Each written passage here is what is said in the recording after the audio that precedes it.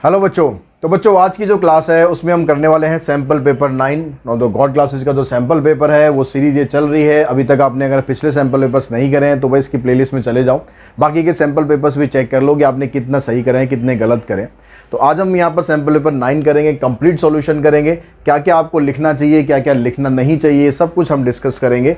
तो स्टार्ट करते हैं। अपना फर्स्ट क्वेश्चन है,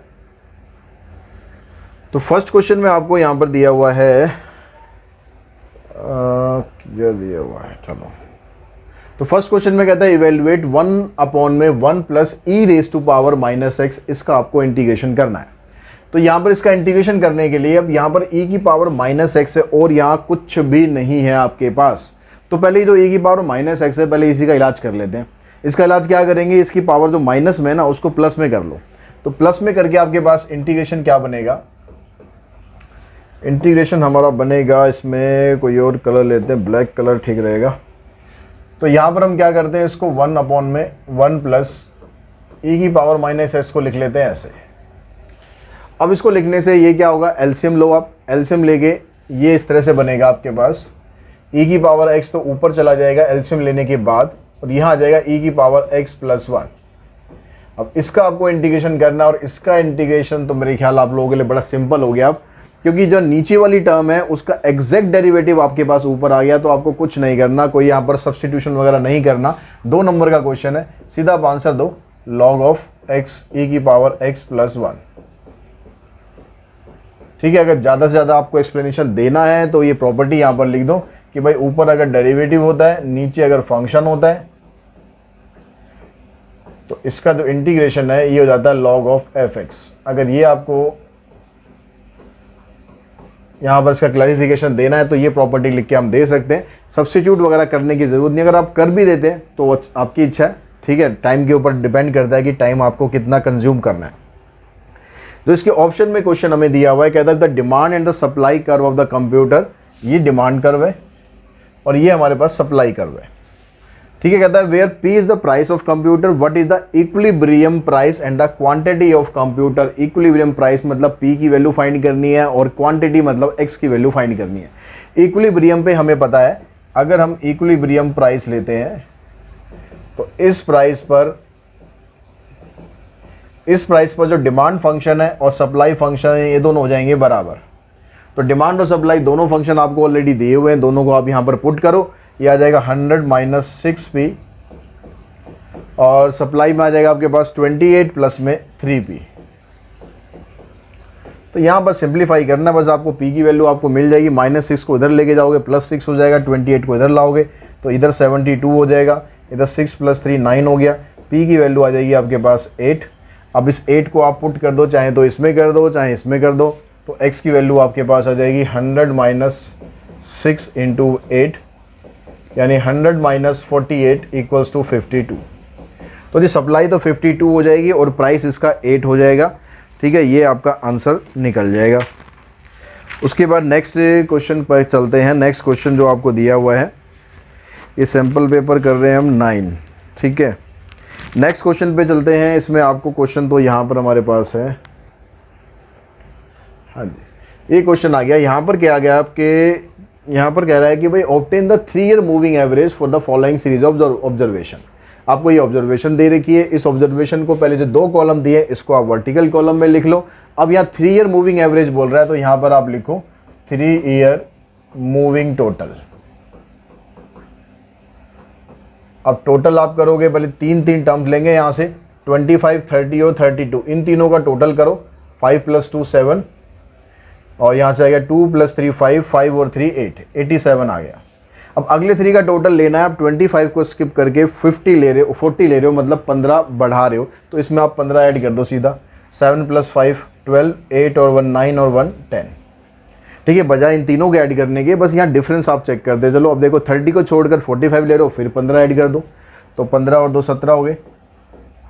अब आप 32 छोड़ के 50 ले रहे हो तो मतलब 18 आप एक्स्ट्रा कर रहे हो, 18 इसमें ऐड कर दो तो आ जाएगा 135।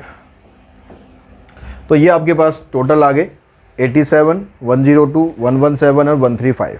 अब आपको निकालना है 3-year moving average. 3-year moving average, तो एवरेज के लिए क्या करना है, भाई 3 साल का टोटल करा है तो एवरेज के लिए 3 से डिवाइड करना पड़ेगा। अब यहाँ 3 से डिवाइड करोगे इसको तो 29 आ जाएगा, ये 34 आ जाएगा, ये 39 आ गया और ये आपके पास 45 आ गया। तो आपके पास 3 ईयर मूविंग एवरेज आ गई 29, 34, 39 एंड 45। ग्राफ पे प्लॉट करना नहीं है, इसमें प्लॉट करने को अगर बोलेगा तो ये वाला कॉलम एक्स एक्सिस, ये वाला कॉलम वाई एक्सिस पर ये आपको रखना है, ठीक है। और जो एक्चुअल वैल्यू है वो भी रखनी है, दोनों वैल्यूज़ को, एक्चुअल वैल्यू को और ट्रेंड वैल्यू को, दोनों को आपको वाई एक्सिस पर रखना है। 2 अलग अलग डिफरेंट लाइन बना देंगे, वहाँ से आपका ग्राफ कंप्लीट हो जाएगा। क्वेश्चन नंबर 3 में चलते हैं जी। 3 में क्या कहता है यहाँ पर,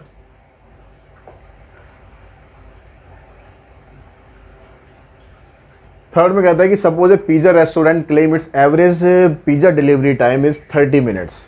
जो एवरेज डिलीवरी टाइम है पिज़्ज़ा का वो 30 मिनट है। कंपनी ये क्लेम कर रही है कि 30 मिनट में आपका पिज़्ज़ा आपके पास पहुंच जाएगा, वरना भाई पेनल्टी दे देना, हम पेनल्टी मतलब दे देंगे, पिज़्ज़ा रेस्टोरेंट वाले ऐसा कह रहे हैं। और आपको ये विश्वास है कि भाई रेस्टोरेंट 30 मिनट से ज़्यादा लेगा, सुनहरा मौका है, ऑर्डर कर दो, रेस्टोरेंट 30 मिनट से ज़्यादा लेगा तो उस पर हम भाई फाइन ठोक देंगे, पिज़्ज़ा फ्री में मिल जाएगा, ठीक है। अब ये कहता है set up the appropriate hypothesis. अब यहाँ पर हाइपोथेसिस आपको सेट करना है।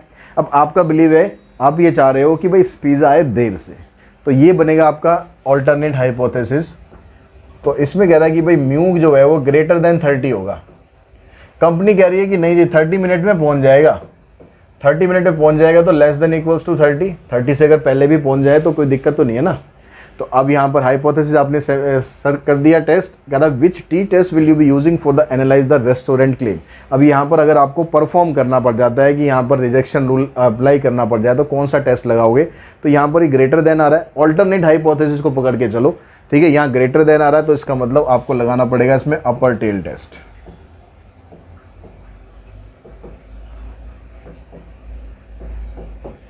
ठीक है। अब आपको पिज़्ज़ा फ्री में मिलता है नहीं मिलता है, भाई ये पिज़्ज़ा वालों के ऊपर डिपेंड करता है। क्वेश्चन हमारा हो गया है, क्वेश्चन में कोई गड़बड़ नहीं है। नेक्स्ट क्वेश्चन पे चलते हैं हम, क्वेश्चन नंबर 4। यहाँ भी आपको 2 क्वेश्चन दिए हुए हैं ऑप्शन में फाइनेंशियल मैथमेटिक्स से। यहाँ कहता है कि how much money is needed to insure a series of lecture costing ₹3000।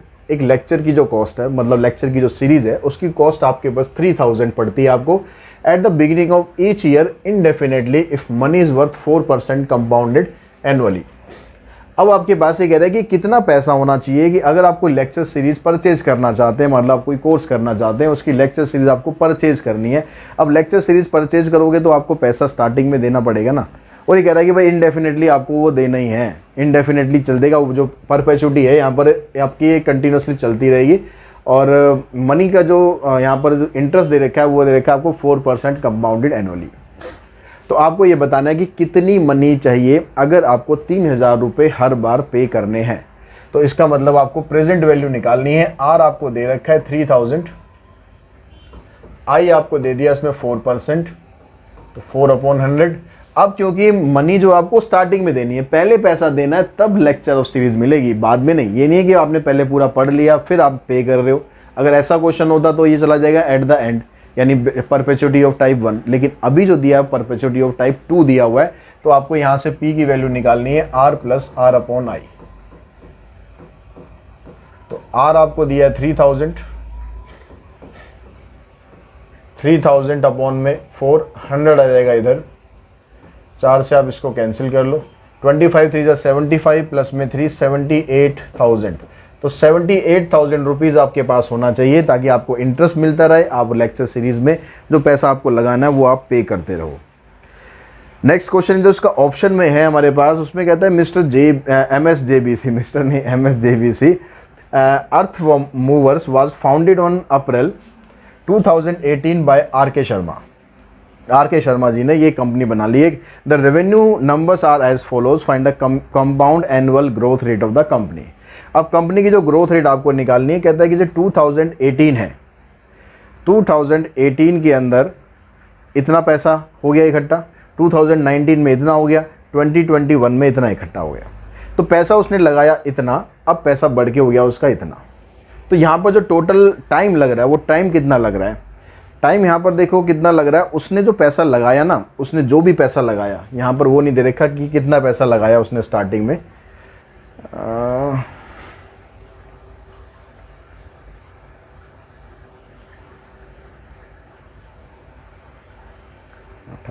3 lakh लगाया, 2 होना चाहिए यार।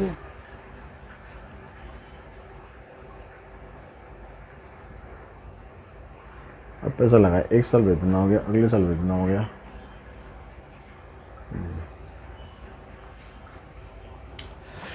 तो यहाँ पर नेक्स्ट क्वेश्चन देखिए, इसमें जो ऑप्शन में क्वेश्चन हमें दिया है इसमें कहता है कि MSJBC earth movers was founded on April 2018। April 2018 को कंपनी बनी बाय RK शर्मा द्वारा। The revenue numbers are as follows, find the compound annual growth rate of the company. Company बनी 2018-19 में, तो मतलब 18-19 का जो पूरा सेशन है उसमें उसने पैसा लगाया 3 लाख। तो ये तो आ गया आपकी प्रेजेंट वैल्यू कि भाई उसने 3 लाख रुपए इन्वेस्ट किए। अगले साल पैसा घट गया, 2,50,000 हो गया। उसके बाद 2021 में फ़ायदा हुआ और पैसा आपका बन गया 5,50,000। तो फ्यूचर वैल्यू आ गई यहाँ पर 5,50,000।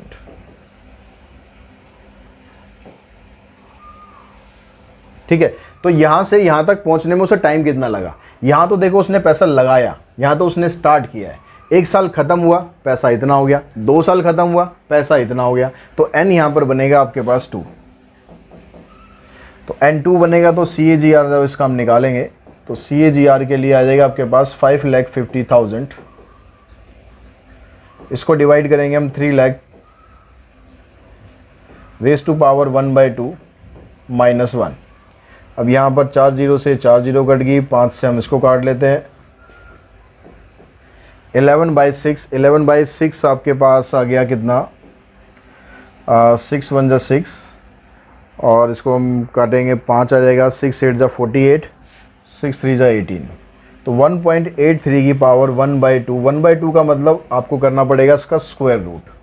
अब 1.83 का स्क्वायर रूट यहाँ पर वैल्यू नहीं दी हुई है, तो आप जो शॉर्टकट वाला मेथड है उससे आप निकाल सकते हो वैल्यू। 1.83 को हम लिख लेंगे 1 प्लस में 0.83, तो 1 तो इधर 1 ही रहेगा। 0.83 यहाँ पर आ जाएगा 2/1। 2 से अगर आप इसको डिवाइड करोगे तो आ जाएगा 1.415। 1.415 माइनस 1 यानी आ जाएगा 0.415। तो यहाँ पर इन टर्म ऑफ परसेंटेज निकालेंगे तो डेसिमल इधर चला जाएगा आपके पास, ये बन जाएगा 41.5%। ये इसकी एनुअल ग्रोथ रेट आ जाएगी, CAGR आ जाएगा। तो नेक्स्ट क्वेश्चन पे चलते हैं। नेक्स्ट क्वेश्चन में हमारे पास क्वेश्चन नंबर 5 में क्या दिया हुआ है? 5th में कहता है कि depositor is entitled to receive 9% per annum as interest on the FD। एक FD पर 9% हमें इंटरेस्ट मिलता है with Punjab national bank. The bank credit the interest on FD account thrice in a year. जो बैंक जो है ना वो FD पर जो इंटरेस्ट काउंट करता है कैलकुलेट, साल में 3 बार करता है, यानी 4-4 महीने के गैप पर करता है। तो what is the effective rate of interest on FD? तो वैसे तो 9% दिया हुआ पूरे साल का, लेकिन एक्चुअल में हमें जो उसका इंटरेस्ट है वो कितना पड़ रहा है, तो इसके लिए इफेक्टिव रेट ऑफ इंटरेस्ट का फार्मूला हम लगाएंगे। तो उसमें R आपको दे दिया है 9%। 9% मतलब 0.09, और जो आपको कंपाउंडिंग दे रखी है यहाँ पर P की वैल्यू वो दे रखी है 3। तो इफेक्टिव रेट ऑफ इंटरेस्ट का जो फार्मूला होता है इसमें आएगा 1 प्लस में R अपॉन में 100p। कुछ बच्चे यहाँ पर M लिखते हैं P की जगह, भाई P लिखना है P लिखो, M लिखना है M लिखो, मर्जी आपकी है। कुछ और लिखना है वो भी लिखो, लेकिन उसको एक्सप्रेस कर देना ये क्या है। तो R आपके पास आ गया कितना? 0.09। अब यहाँ पर ये हमने देखो ये चीज़ ध्यान रखना, यहाँ पर मैंने परसेंटेज ऑलरेडी ले लिया है, तो यहाँ पर आपको 100 लिखने की ज़रूरत नहीं है। अगर आप यहाँ इसको ऐसे के ऐसे रहने देते, मतलब मैं इसको ये ना लिखूँ, मैं सीधा ऐसे लिखूँ 9/100, बात एक ही है।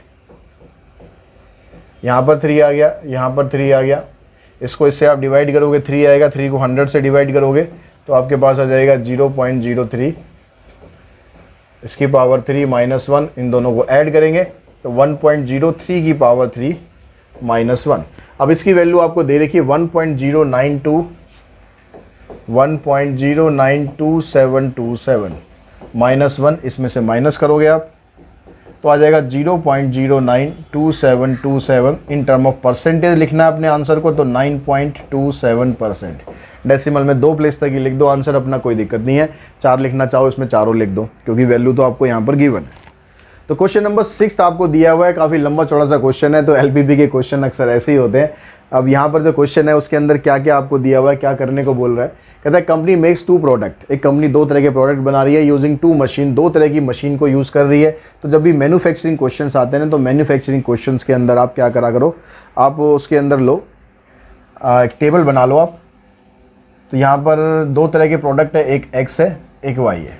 ये मान लेते हैं कि भाई एक्स यूनिट का प्रोडक्शन हो रहा है, इसका मान लेंगे वाई यूनिट का प्रोडक्शन हो रहा है। अब इसका प्रोडक्शन करने के लिए 2 तरह की मशीनों का इस्तेमाल हो रहा है। तो एक मशीन ए हमारे पास, इसमें जो टाइम है वो मिनट्स में दिया हुआ है आपको। जो मशीन बी है उसका भी टाइम आपको दिया हुआ है मिनट्स में। तो ऐसे टेबल बना लोगे तो आसानी से आपको यहाँ पर फॉर्मुलेट करने में काफ़ी आसानी रहेगी। अब देखो स्टेटमेंट पे चलो, कहता है each unit of X that is produce required 50 minutes and the processing time on machine A. तो मशीन ए पर 50 मिनट्स लगे, 30 minutes processing time on the machine B, यहाँ पर इसको 30 मिनट लगे। Each unit of Y that is produce require 24 minutes on the machine A and 33 minute on the machine B. ठीक है, ये हो गया आपके पास कंस्ट्रेंट। अब कहता है at the start of the current week there are 30 unit of x and 90 unit of y in stock.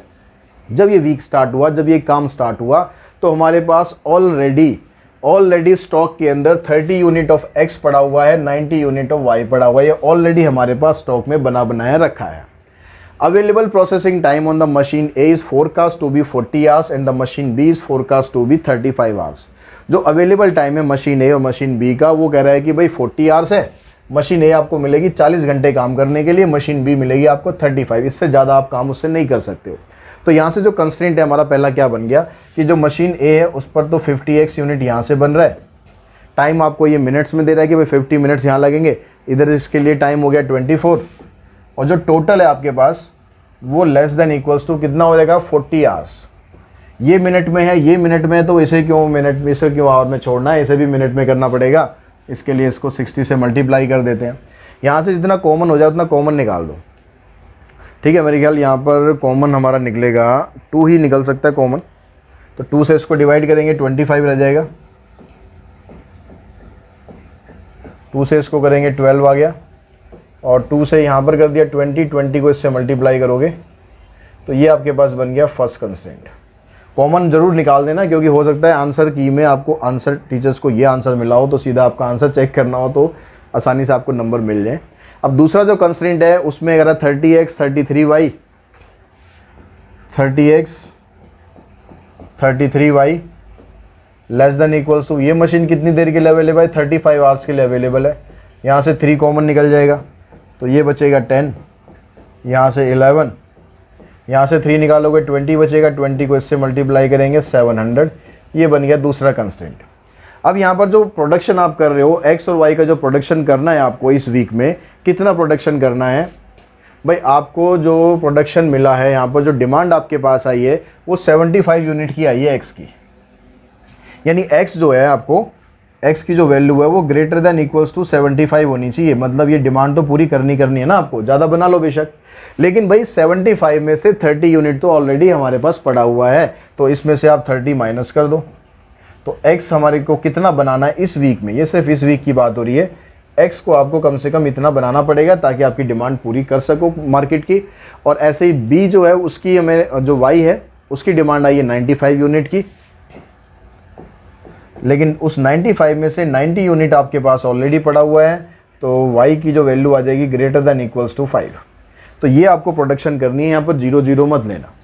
अब उसके बाद क्या कहता है, कंपनी की पॉलिसी क्या है, कंपनी कह रहा है कि company policy is to maximise the combined sum of the unit of x and y unit of y in stock. जो कंबाइंड सम है उसको करना है आपको मैक्सिमाइज। तो z क्या बनेगा, कंपनी कह रही है भाई एक्स यूनिट हम बना रहे हैं, एक्स यूनिट हम इस वीक में बना रहे हैं और हमारे पास 30 यूनिट पहले से पड़ी हुई है, 30 यूनिट पहले से पड़ी हुई है। उसमें से जो डिमांड है कंपनी की वो आप हटा दो यहाँ से। डिमांड कितनी है भाई, डिमांड कितनी है 75, क्योंकि जो डिमांड होगी वो तो चला जाएगा ना, स्टॉक मैक्सिमाइज करना है, स्टॉक मैक्सिमाइज करना है। प्लस वाई कंपनी ने बनाया वाई यूनिट, ठीक है, और उसके अंदर कितना स्टॉक आपके पास पड़ा हुआ है, आपके पास पड़ा हुआ है 90 यूनिट का स्टॉक पड़ा हुआ है और 95 यूनिट तो चला जाएगा, तो स्टॉक में हमारे पास ये बचेगा। तो ये कितना हो जाएगा, x माइनस 45 प्लस में y minus 5 equals to x plus में y माइनस 50। तो ये आपके पास स्टॉक में पड़ा रहेगा। कंपनी चाहती है कि इसको मैक्सिमाइज करना है, तो x और y हमें कितना बनाना चाहिए इस वीक के अंदर, ताकि हमारा स्टॉक भी मैक्सिमाइज रहे।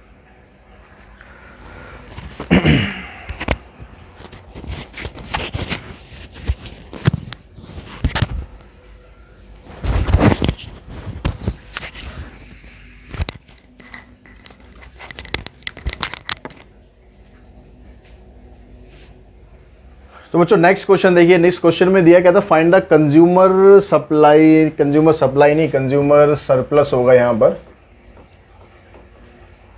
Consumer surplus for the demand function p equals to 10 minus x square and the supply function is this. Demand function आपको दिया हुआ है और आपको सप्लाई फंक्शन दिया हुआ है। तो इन दोनों की हेल्प से यहाँ पर ये कह रहा है कि एट एन इक्विलिब्रियम, तो इक्विलिब्रियम पे क्या होता है, एट इक्विलिब्रियम जो सप्लाई फंक्शन और डिमांड फंक्शन है दोनों बराबर होते हैं। तो सप्लाई फंक्शन आपको दिया हुआ है भाई यहाँ पर 10 माइनस एक्स स्क्वायर और डिमांड फंक्शन डिमांड फंक्शन वो दिया है, सप्लाई फंक्शन ये दिया हुआ है, ये दोनों यहाँ पर बराबर है। अब बराबर है तो इन सबको एक तरफ इकट्ठा करके x और p की वैल्यू यहाँ से हम निकालेंगे पहले। तो इन दोनों को इधर लेके जाओगे, सबको एक्स स्क्वायर पॉजिटिव हो जाएगा, ये उधर जाके पॉजिटिव हो गया, 2x बन जाएगा, ये उधर जाके बन जाएगा -8। इसके फैक्टर करेंगे तो आ जाएगा x plus 4 and x minus 2। तो x की वैल्यू यहाँ से निकलेगी -4, क्योंकि सप्लाई जो क्वांटिटी है वो नेगेटिव तो हो नहीं सकती, तो -4 कैंसिल कर देना। x की वैल्यू सिर्फ आपको लेनी है +2। अगर x +2 है तो उसको आप यहाँ पर डाल के p निकाल लो। अब p चाहे आप वहाँ से निकालो चाहे यहाँ से निकालो, कुछ फ़र्क नहीं पड़ेगा। ये 4 आ गया, देखो यहाँ भी अगर डालोगे तो 4 ही आएगा यहाँ से। 10 माइनस 2 8 हो गया, 8 माइनस 4 4 हो गया। तो आप कहीं से भी निकाल सकते हो जहाँ आपको आसान लगे।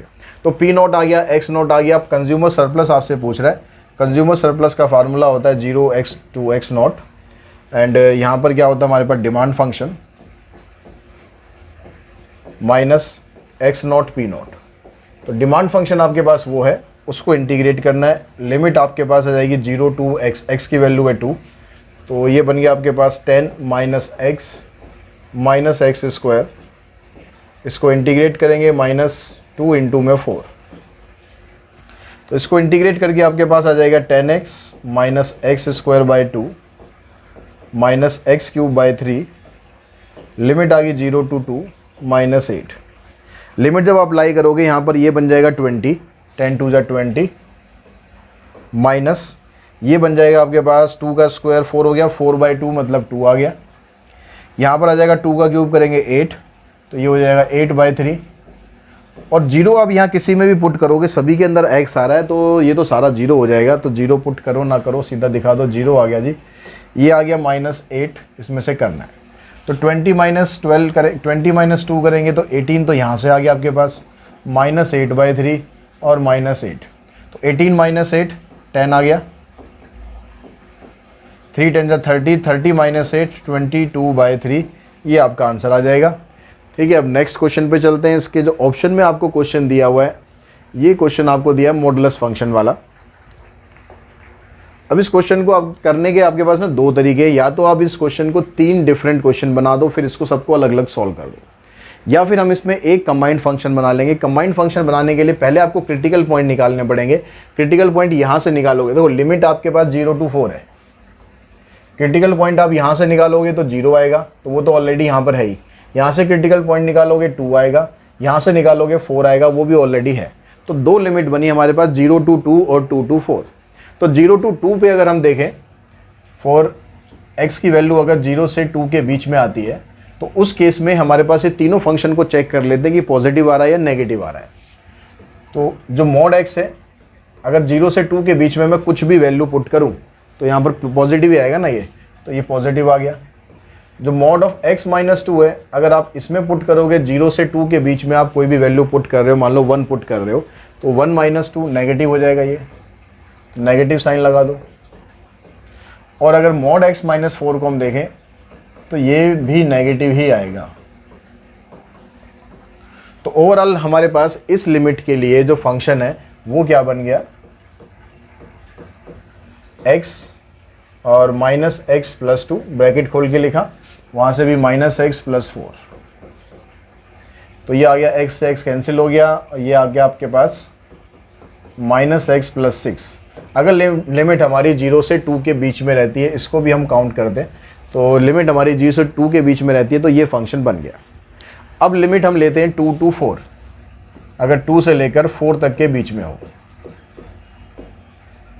तो मॉड x इसके बीच में कोई वैल्यू पुट करोगे तो पॉजिटिव ही रहेगा। मॉड x माइनस 2, यहाँ पर मान लो 3 में पुट करता हूँ तो 3 माइनस 2 1 आएगा, मतलब पॉजिटिव ही रहेगा। और अगर मॉड x माइनस 4 पुट करेंगे तो ये नेगेटिव आएगा। तो हमारे पास जो fx है वो क्या बनेगा 2 से 4 के लिए, 2 से 4 के लिए हमारे पास fx यहाँ से बना x, यहाँ से बना x माइनस 2 और वहाँ से बन गया माइनस एक्स प्लस 4, ब्रैकेट खोल के ये कैंसिल, x माइनस 2 प्लस 4, ये आ गया आपके पास 2।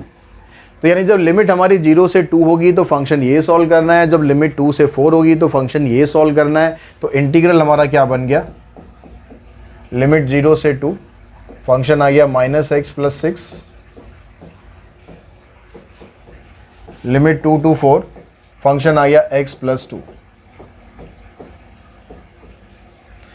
तो इसको सॉल्व करेंगे, आ जाएगा minus x square by 2 plus 6x, limit 0 to 2, यहाँ पर आ गया एक्स स्क्वायर बाई 2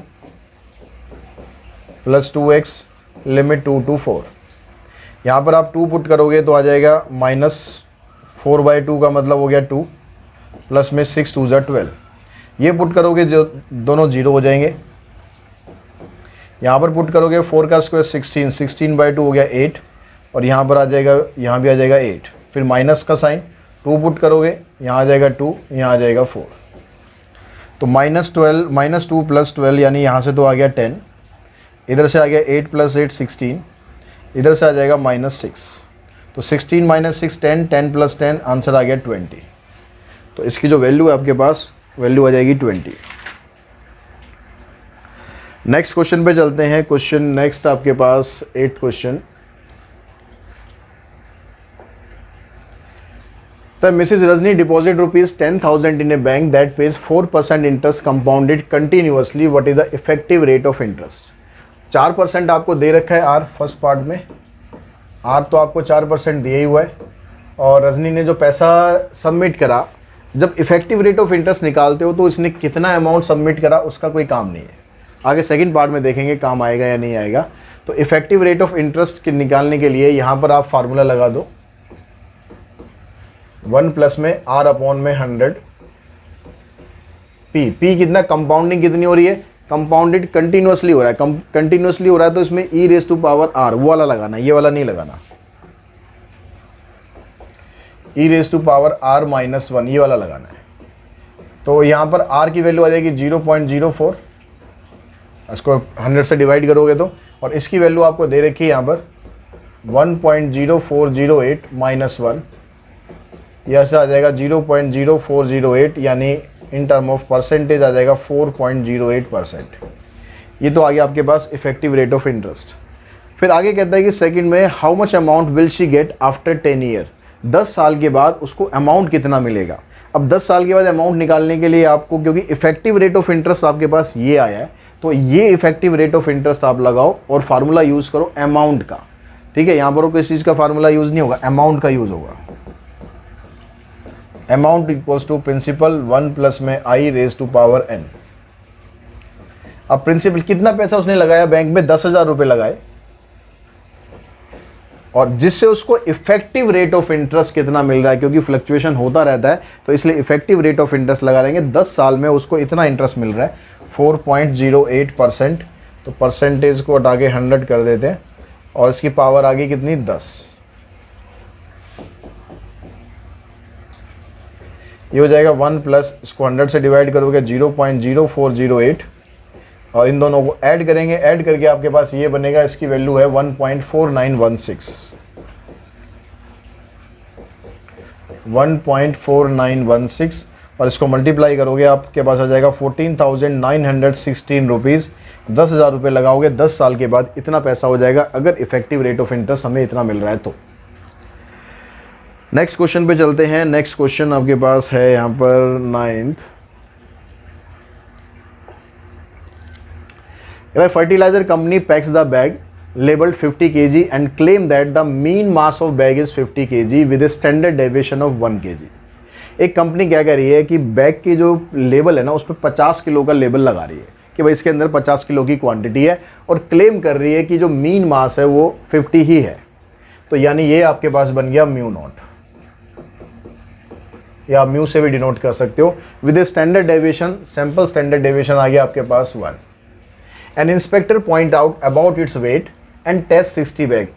एक इंस्पेक्टर आता है चेकिंग करने के लिए, वो शक करता है कि भैया ठीक है या नहीं है, लेबल जो लगा रहे हैं ठीक है कि नहीं है। तो वो क्या करता है 60 बैग पे टेस्ट करता है और वो देखता है कि भाई उसका जो मीन आया वो 49.6 आया है।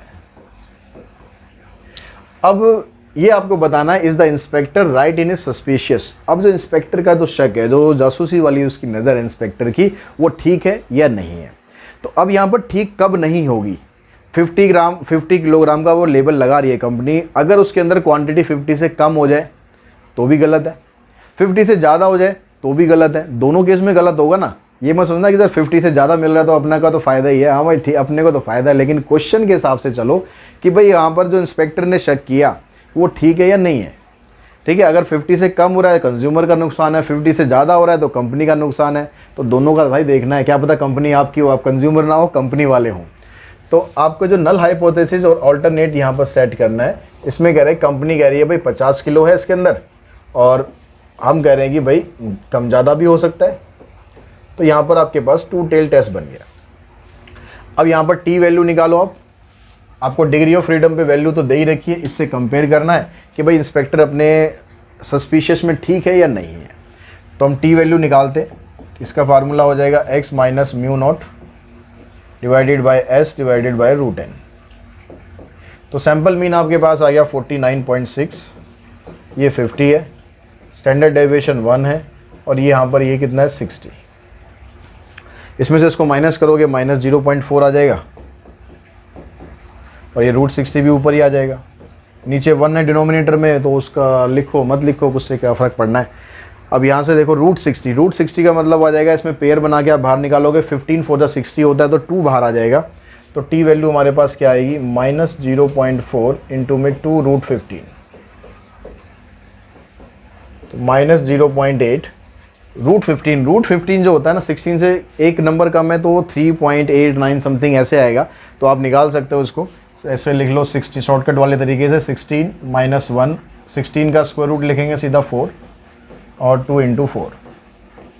तो 10 को अगर हम 8 से डिवाइड करेंगे तो आ जाएगा 0.1, 8 1 जा 8, फिर 2 बचेगा तो आ जाएगा 8 2 जा 16, 8 5 जा 40। अब 4 में से अगर आप इसको माइनस करोगे तो कितना आपके पास बन गया 10 माइनस 5 5, 9 माइनस 2 7, 9 माइनस 1 8। अब 0.8 को हम इससे मल्टीप्लाई कर लेंगे। 0.8 क्यों बनेगा, यहाँ से माइनस करोगे तो 3 बनेगा ना, 3.875।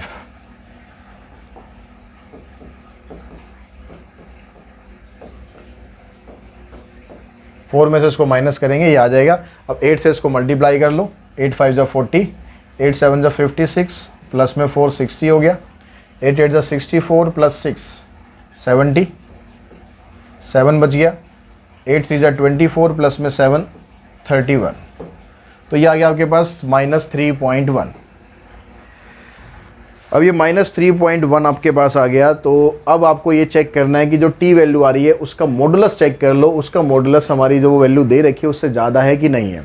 तो आप देखोगे भाई इसका जो मॉडुलस हम करेंगे माइनस 3.1 का मॉडुलस ये ग्रेटर देन होगा 2.688 से। इसका मतलब क्या हुआ, अगर ये ग्रेटर हो गया तो नल हाइपोथेसिस हो गया रिजेक्ट।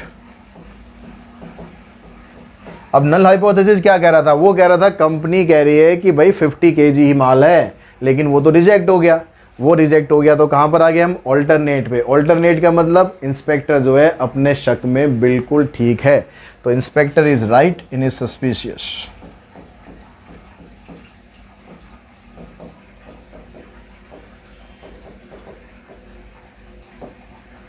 तो लास्ट में कंक्लूजन आपको जरूर देना है, ठीक है जी। नेक्स्ट क्वेश्चन देखो, नेक्स्ट क्वेश्चन में अब क्या कहता है आपके पास,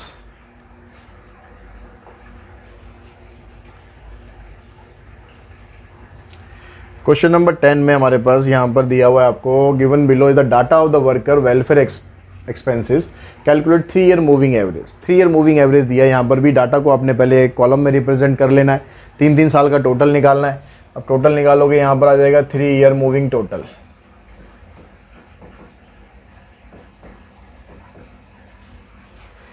तो 3 ईयर मूविंग टोटल करेंगे, यहाँ से देखो इन तीनों का टोटल करो, कितना आपके पास बनता है इन तीनों का, 9 + 1 10, 10 + 6 16, फिर 3 3 3 6, और इधर से आ गया आपके पास 3, तो ये आ गया 366, ठीक है 366। अब उसके बाद आपको क्या करना है, 129 की जगह 91 लेना है। तो 29 की तो कमी यहाँ से होगी, 9 की कमी यहाँ से होगी, यानी 38 की 29 + 9 38 की कमी होगी। तो 38 आप इसमें से माइनस कर दो, तो कितना आ जाएगा, 16 - 8 8, एंड 5 - 3 = 2, ये आ गया 328। उसके बाद क्या करना है आपको, 131 को छोड़कर 95 लेना है। अब यहाँ से 31 यहाँ से और 5 यहाँ से कम, यानी 36 की कमी हो गई, 36 यहाँ से कम कर दो, तो 8 - 6 2, 12 - 3 9, यहाँ आ गया 292। 106 की जगह 84 लेना है, तो 6 यहाँ से कम करो और 16 यहाँ से कम करो, 16 + 6 22 कम कर दो, तो यहाँ से 22 कम करेंगे, हमारे पास आ जाएगा 270। अब 91 छोड़ के आप 93 ले रहे हो, 2 बढ़ा दिए अब यहाँ पर, तो हो जाएगा 272। तो आपका अपना तरीका है, जैसे मर्जी आप यूज़ करो, लेकिन गड़बड़ नहीं होनी चाहिए बस। अब यहाँ पर 3 ईयर मूविंग एवरेज निकालनी है, तो 3 से इसको डिवाइड कर दो, 3 ईयर मूविंग एवरेज। तो 3 से इसको डिवाइड करेंगे, आ जाएगा 122, 30, कितना आ जाएगा, 3 9 = 27, 3 से इसको करेंगे, 3 9 = 27, 2 बचेगा, 3 7 = 21, फिर 3 3, 3 9 = 27, 3 9 = 27, 3 6 = 18, राउंड ऑफ करके लिख दो 90.67। तो 122, 109, 97, 90, 90.67। तो इस तरह से हमारा सेक्शन 2 जो है वो कंप्लीट हो गया है। अब हम बात करते हैं सेक्शन सी की। तो क्वेश्चन नंबर 11 देखते हैं। 11 में कहता है कि manufacturing company makes 2 type of machine, aids and B of the mathematics for class 12th। Class 12th में मैथमेटिक्स के लिए 2 तरह के एड्स वो बनाते हैं, ठीक है, aids A and aids B. अब यहाँ भी मैन्युफैक्चरिंग प्रॉब्लम है। मैन्युफैक्चरिंग प्रॉब्लम जब भी आए, कोशिश करो टेबल बना के करो। तो हमारे पास एड्स ए हम मान लेते हैं, कितने बना रहे हैं हम, ये हम बना रहे हैं x, और एड्स बी है वो कितने बना रहे हैं हम, ये बना रहे हैं y। अब इसको बनाने के लिए क्या चाहिए हमें, each type of A require 9 labour hours for fabricating and 1 labour hour for the finishing. ठीक है, एक तो हमें क्या करना है, फैब्रिकेट करना है और एक फिनिशिंग करना है। तो फैब्रिकेटिंग में हमें कितना टाइम चाहिए, यहाँ लिखो आप फैब्रिकेटिंग, टाइम आपको दे रखा है आवर्स में, और फिर हमें चाहिए फिनिशिंग, इसका टाइम भी दिया हुआ है आपको आवर्स में। तो 2 तरीके का काम हमें यहाँ पर करना है। तो अब देखो क्या क्या करना है, लिखते जाओ साथ साथ। Each type of A require 9 labour hours for fabricating and 1 labour hour for finishing. Each type of B require 12 labour hour for fabricating and 3 labour hour for finishing. ठीक है, अब for fabricating and finishing the maximum labour hour available are 180 and 30। जो हमारे पास maximum hours available हैं fabricating के लिए वो तो है 180। तो यहाँ से आपके पास कंस्टेंट क्या बन गया, 9x प्लस में 12y less than equals to 180। यहाँ से आप कॉमन निकाल दो 3, तो यह आ जाएगा 3x प्लस में 4y less than equals to 60। ये बन गया आपका पहला कंस्ट्रेंट। और जो दूसरा है फिनिशिंग के लिए हमारे पास 30 आवर्स के लिए अवेलेबल है, तो फिनिशिंग के लिए हमें कितना चाहिए 1x प्लस में 3y less than equals to 30। ये बन गया आपके पास सेकंड कंस्ट्रेंट्स। अब जो हम क्वांटिटी यहाँ पर बना रहे हैं और कुछ हमें क्वांटिटी के बारे में नहीं दिया हुआ, वो z बनेगा। क्वांटिटी हम जो बना रहे हैं वो ग्रेटर देन और इक्वल्स टू 0 होनी चाहिए x और y दोनों की। ये बन गया हमारे पास थर्ड कंस्ट्रेंट। अब ये कहता है कि यहाँ पर कि the company makes a profit of ₹80 on each of type A and ₹120 on each of price type of B. यानी z कितना बन गया आपके पास 80x प्लस में 120y। अब इसको आपको सॉल्व कर देना है कि भाई कितने कितने पीसेस हमें ए के बनाने हैं, कितने बी के बनाने हैं। अब सॉल्व करने के लिए ग्राफ बना लेते हैं पहले। तो ग्राफ हमने बनाया।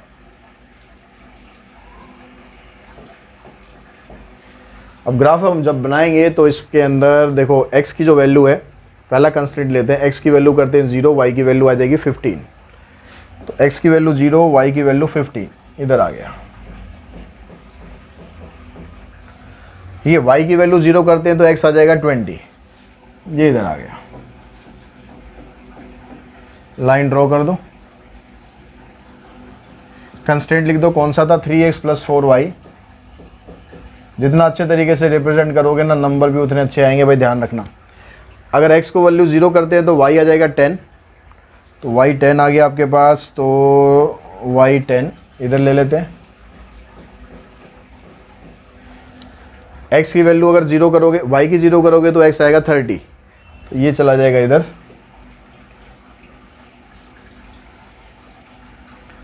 तो ये कंस्टेंट आ गया हमारे पास कौन सा x प्लस में 3y इक्वल्स टू 30। इसका जो इंटरसेक्टिंग पॉइंट है वो आपको ग्राफ से मिल जाएगा, या फिर आप इन दोनों इक्वेशन को सॉल्व कर लो, उससे आपको मिल जाएगा। तो यहाँ पर दोनों का सॉल्यूशन आपके पास 12 और 6। अब देखो कि भाई आपका जो रीजन है वो कौन सा शेडेड होना चाहिए। अब उसके लिए यहाँ पर जो है, यहाँ पर भी आपके पास लेस देन इक्वल्स टू है, यहाँ भी लेस देन इक्वल्स टू है, तो जो शेडेड पोर्शन है बाउंडेड बनेगा और नीचे की तरफ आ जाएगा यहाँ वाला, ये आपके पास बाउंडेड आ गया। तो कॉर्नर पॉइंट हमारे पास एक ये आ गया, एक ये बन गया, एक ये आ गया और एक ये, 4 कॉर्नर पॉइंट बन गए। अब इन चारों कॉर्नर पॉइंट को यूज़ करके अब यहाँ से x की वैल्यू निकाल लो, y की वैल्यू निकाल लो। कॉर्नर पॉइंट आपके पास आ गए 0, 10, 12, 6।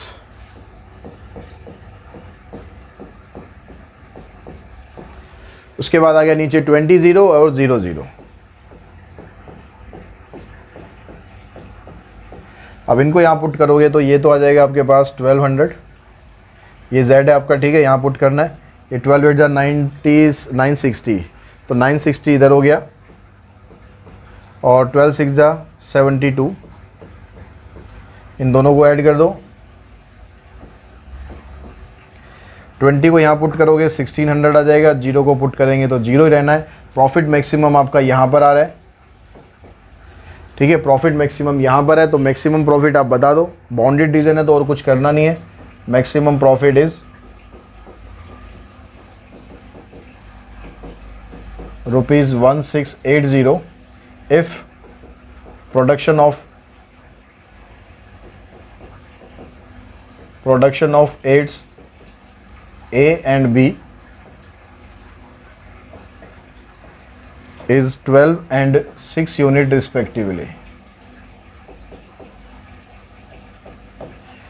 तो इस तरीके से अपने आंसर को आपको रिप्रेजेंट कर देना है।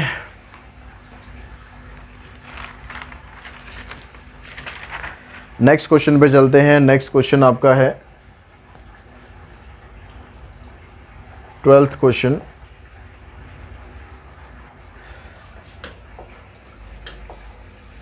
अब यहाँ कहता है in 10 years a machine costing ₹40,000, ये मशीन की कॉस्ट है, which will have salvage value of ₹4,000। A new machine at the time is expected to sell for ₹52,000।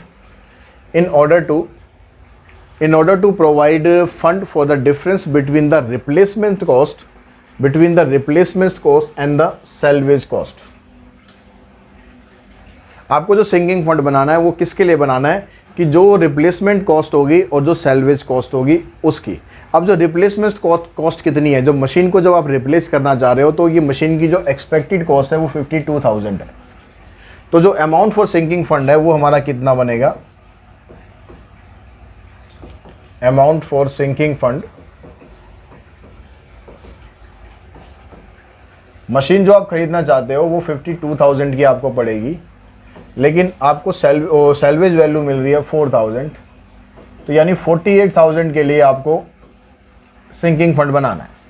Minus किस में से करना है, ध्यान रखना कि जो मशीन आप खरीदने वाले हो, जिस पैसे से आप खरीदने वाले हो उतना पैसा आपको चाहिए, लेकिन आपको सैलवेज वैल्यू इतनी मिल जाएगी तो इतना कम हो जाएगा। Sinking fund is set up into which equal payment are place at the end of each year if the fund earn interest at the rate of 7%। I आपको दे रखा है 7%, यानी 0.07। How much should each payment be, तो हर एक payment कितनी होगी। अब टाइम कितना दिया हुआ था, टाइम यहाँ पर दिया हुआ स्टार्टिंग में दिया हुआ 10 ईयर। तो इसके लिए आप सिंकिंग फंड क्रिएट करना है, तो ए आ गया आपके पास R 1 प्लस में I raise to power n-1 divided by I। A की वैल्यू 52,000 होगी, सॉरी 52,000 में से 4,000 माइनस करा तो 48,000।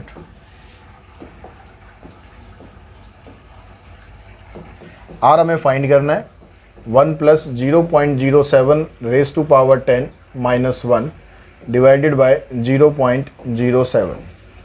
इस 0.07 को आप इस साइड लाओगे तो ये बन जाएगा 7 8 जा 56, 7 4 जा 28 प्लस में 5 33, एक ज़ीरो आ जाएगी। यहाँ आ गया 1.07 की पावर 10-1। अब ये 1.07 की पावर 10 की वैल्यू यहाँ लिखी नहीं है, तो ये वैल्यू आपको मिल जाएगी एग्ज़ाम में, कितनी मिलेगी, ये वैल्यू है 1.9671।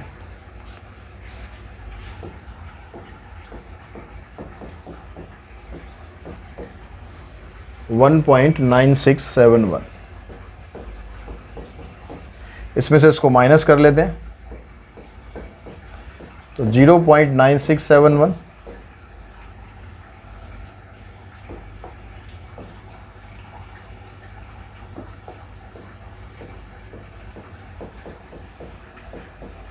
0.9671, इसको आप इधर लाके डिवाइड करोगे तो R आपका बनेगा 3360 डिवाइडेड बाय 0.9671, और इसका जो डिवीज़न है हमारे पास, डिवीज़न करके आ जाएगी वैल्यू 3474.3। इतना आपको सिंकिंग फंड में अमाउंट डालना पड़ेगा हर साल अगर आपको नई मशीन परचेज करनी है तो। नेक्स्ट क्वेश्चन नंबर 13 पे चलते हैं।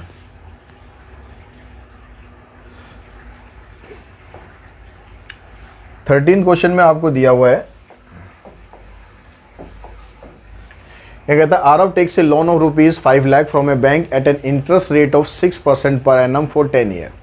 तो प्रिंसिपल जो उस पर लोन लिया उसने वो हो गया 5 लाख, इंटरेस्ट रेट है 6% पर एनम फॉर 10 ईयर्स, तो इंटरेस्ट रेट कितना हो गया 6%। 6 को डिवाइड करोगे 12 से, क्योंकि EMI बनानी है आपको, तो ये आ जाएगा कितना 6 1/2 को 100 से डिवाइड करोगे तो ये 0.005 ये आ जाएगा।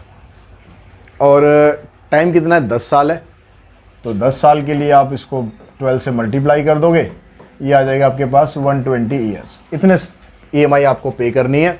ही wants to pay back the equal monthly instalment, find the EMI निकालनी है। सीधी EMI का फार्मूला लगाओ, EMI equals to principal into में I।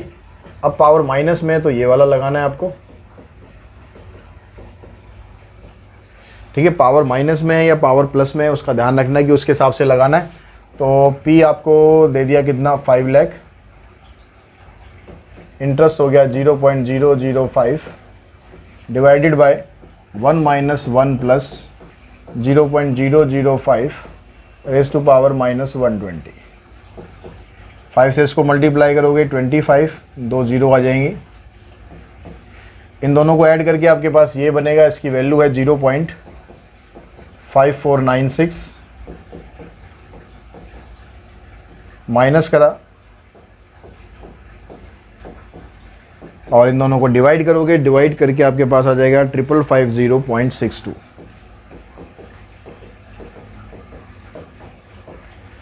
तो इतनी आपको EMI पे करनी पड़ेगी। उसके बाद जो नेक्स्ट क्वेश्चन है इस पे ऑप्शन में,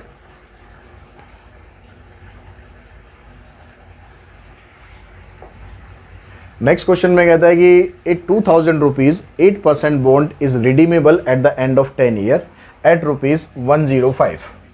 अब यहाँ पर जो क्वेश्चन की स्टेटमेंट है उसको ध्यान से समझना कि भाई आपने जो बॉन्ड लिया है ना वो तो 2000 का है, इसकी जो फेस वैल्यू है ये तो है 2000 रुपये, जिस पर आपको 8% डिविडेंड मिल रहा है जो भी कंपनी देना चाहती है, और ये रिडीम हो रहा है 10 साल के बाद।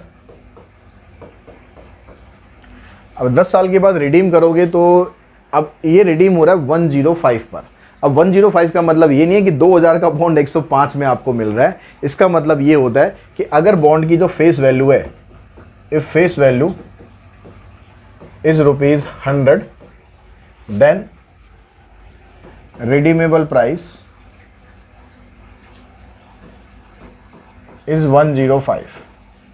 तो ये ध्यान रखना कि अगर इस तरह की स्टेटमेंट है तो आप सीधा 105 मत लेना। अब यहाँ पर कह रहा है कि फेस वैल्यू अगर आपकी ₹1 होगी, यूनिटरी मेथड लगाओ, फेस वैल्यू अगर ₹1 हुई तो रिडीमेबल प्राइस बन जाएगा आपका 105/100, और अगर फेस वैल्यू 2000 है तो रिडीमेबल प्राइस कितना हो जाएगा 105/100 इंटू में 2000, 2 0 कैंसिल, 0 2 5 ज़ा 10, 2 1 ज़ा 2, तो रिडीमेबल प्राइस उसका बनेगा 2100। ठीक है, अब हम यहाँ से निकाल लेते हैं इसकी वैल्यू। अब इसकी वैल्यू निकालोगे बॉन्ड की, तो सबसे पहले आपको चाहिएगा C। अब C निकालने के लिए हम क्या करते हैं, C होता है जो फेस वैल्यू होती है 2000, इसको मल्टीप्लाई करेंगे रिडीमेबल प्राइस से, कूपन रेट से, तो ये मिल गया आपको 160। अब यहाँ पर प्रेजेंट वैल्यू ऑफ बॉन्ड उसने पूछी है आपसे, find the purchase price. Purchase price मतलब प्रेजेंट वैल्यू, तो इसका फार्मूला आ गया C 1 - 1 + I raise to power -n divided by I plus में F मतलब जो रिडीमेबल प्राइस है, ध्यान रखना F का मतलब रिडीमेबल प्राइस, इनटू में 1 प्लस में I raise to power -n। तो C की जगह आ गया आपके पास कितना 160, 1 - 1 + I रेज़ टू पावर, तो I की वैल्यू आपके पास आई यहाँ से 0. I कितना है, ईल्ड टू मेच्योरिटी कितना है, ईल्ड टू मेच्योरिटी ये है, तो I आपको 10% दिया हुआ है, 10% मतलब 0.1। इसकी पावर कितनी हो जाएगी आपके पास -10 डिवाइडेड बाय 0.1 प्लस में F मतलब रिडीमेबल प्राइस 1 + 0.1 की पावर -10। इसका डेसिमल हटाएंगे तो यहाँ पर बन जाएगा 1600। 1 माइनस इसकी जो वैल्यू है आपको दे रखी है 0.3855 प्लस 2100, इसकी वैल्यू 0.3855। तो यहाँ तो पहले माइनस होगा ये 1600 इंटू में 10 - 55, 9 - 54, 9 - 81, 9 - 36। उसके बाद इससे इसको मल्टीप्लाई करोगे आप, 2 0 तो ये आई गई यहाँ से, तो 21 को 21 5 ज़ा 105 बच गया आपके पास 10, फिर 105 प्लस में 10 115 11 बच गया। अब 21 8 ज़ा कितना हो गया, 8 1 ज़ा 8, 8 2 ज़ा 16, 11 इसमें ऐड करोगे 179 का 9 आ जाएगा, 17 आपके पास बच गया। 21 3 ज़ा 63, तो 63 17 में ऐड करोगे यह आ जाएगा 80। डेसिमल लगा दो आप यहाँ पर 4 प्लेस के बाद। अब यहाँ से इसको मल्टीप्लाई करो तो यहाँ भी आपके पास 2 0 आ गई, 16 5 ज़ा 80, 8 कैरी करा, 16 4 ज़ा 64 प्लस में 8 72, 16 1 ज़ा 16 प्लस 7 23, 2 बच गया, 16 6 ज़ा 96 प्लस 2 98। डेसिमल आ गया आपका यहाँ पर प्लस में 809.55। इन दोनों को आप ऐड करो, 5 5 2 7, 9 + 3 12, 9, 8 + 9 17। तो जो बॉन्ड आपके पास 2000 का था उसकी परचेज वैल्यू 1792.75 है। तो नेक्स्ट क्वेश्चन पे चलेंगे। नेक्स्ट क्वेश्चन आपको यहाँ पर दे दिया क्वेश्चन नंबर 14। ये आ गया आपके पास ड्रग एसिमिलेशन का क्वेश्चन आ गया। तो इस तरह के क्वेश्चन में करते समय क्या करना है आपको, जैसे यहाँ पर क्या कह रहा है कि Nembutal is sodium salt act as a sedative and has many application. Suppose Nembutal is use to anaesthetise a dog. एक डॉग को आपको एनेस्थाइज करना है। The dog is anaesthetise when its blood stream concentration contain at least 45 milligram of sodium pentobarbital per kg of dog's body weight. जितना dog का body weight है उसके हिसाब से 1 किलो के हिसाब से कितना होना चाहिए उसके अंदर क्वांटिटी, 45 मिलीग्राम की क्वांटिटी होनी चाहिए। If the rate of change of sodium pentobarbital से x in the body is proportional to the amount of drug present in the body.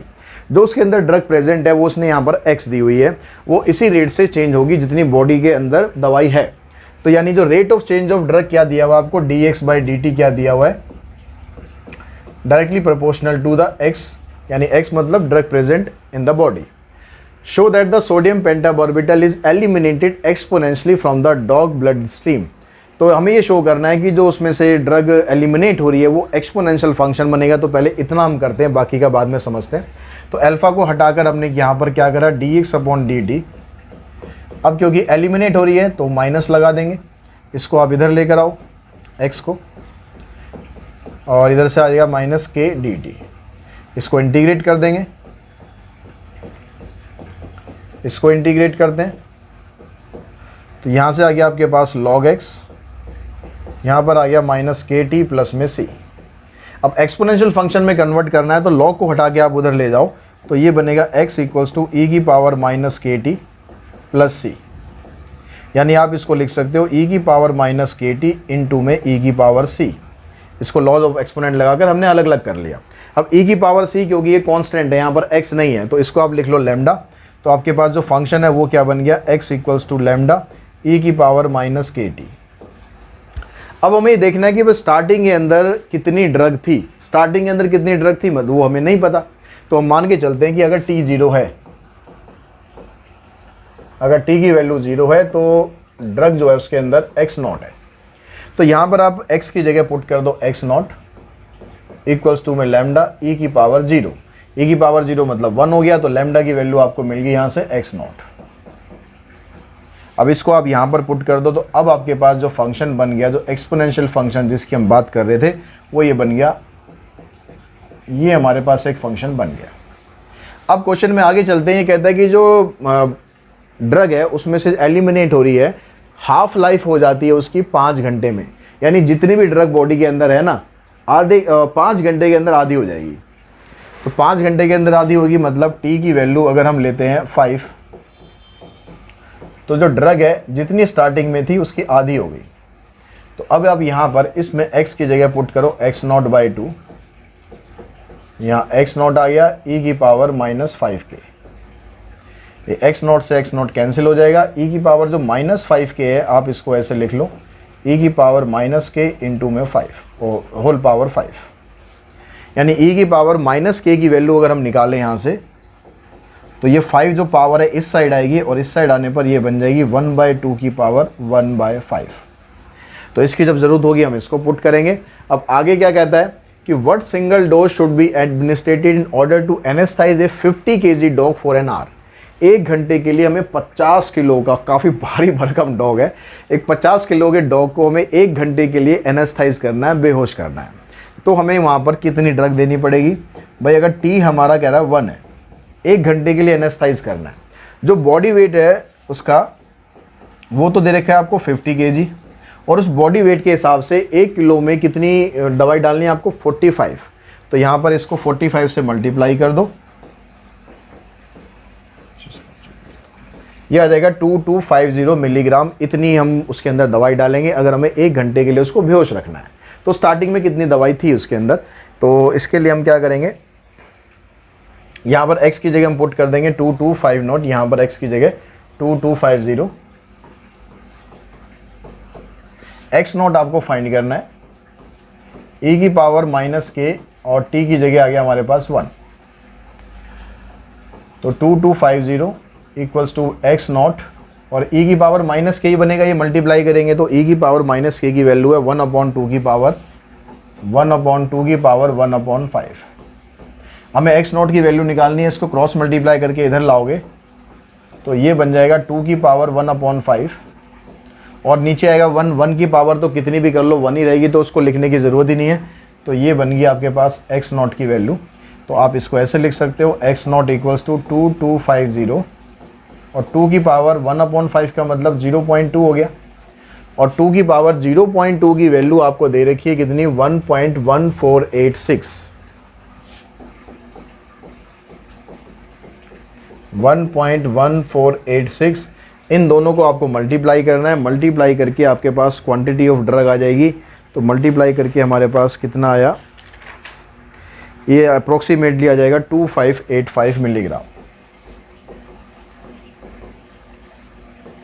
जो वैल्यू पूरी नहीं आएगी उसके आगे अप्रोक्स आपको ज़रूर लिख देना है, ठीक है। और इस तरह से ये वाला सैम्पल पेपर हमने फिनिश कर लिया। तो आई होप आपको सभी सैम्पल पेपर से कुछ ना कुछ हेल्प मिल रही होगी, किस तरीके से आपको करना चाहिए, कैसे लिखना चाहिए।